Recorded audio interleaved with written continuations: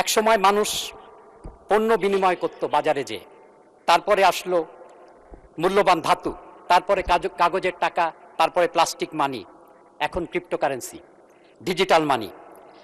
2009 সালে ক্রিপ্টোকারেন্সি যাত্রা শুরু করে আজ 17 বছরের যুবক। প্রতিদিন 24 ঘন্টায় সারা দুনিয়ায় আমাদের দেশে 3 বছরের বাজেটের সমান টাকা লেনদেন হয়ে থাকে।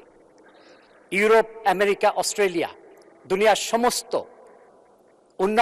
উন্নত দেশে এবং উন্নয়নশীল দেশে, এখানে দুনিয়ার বড় বড় স্টক এক্সচেঞ্জে, নিউ ইয়র্ক, টোকিও, সমস্ত জায়গায়, লন্ডন, ফ্রান্স, প্যারিসে কিন্তু এখানে আইনসম্মতভাবে ক্রিপ্টোকারেন্সির লেনদেন হচ্ছে।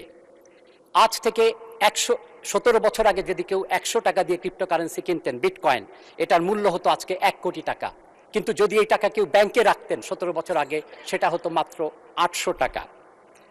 ডাইনোসর বিলুপ্ত হয়েছে, কিন্তু তেলাপোকা টিকে আছে অ্যাডাপশনের কারণে। কিউবা সহ দুনিয়ার 3টা দেশে মানুষ বাজারে যেয়ে, মুদির দোকানে যেয়ে তারা ক্রিপ্টোকারেন্সি দিয়ে কেনাবেচা করতে পারে। দুনিয়ার বহু দেশের পার্লামেন্টে এখন আলোচনা হচ্ছে যে ক্রিপ্টোকারেন্সিকে ঠিক এই মর্যাদা দেয়ার।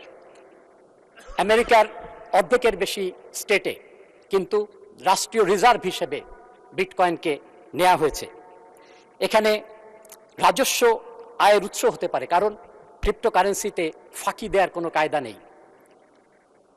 কিন্তু আমরা এখনো এখানে যাত্রা শুরু করতে পারি নাই। ক্রিপ্টোকারেন্সি যদি একটা সোনার বার হয়, তাহলে ব্লক চেইন টেকনোলজি হয়েছে সেই সোনার খনি। আজকে সেই কথা বলার সুযোগ আমার নেই।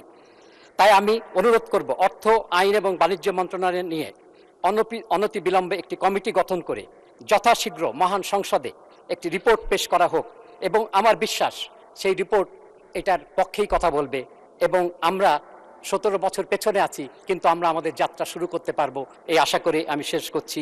ধন্যবাদ আপনাকে, মাননীয় স্পিকার।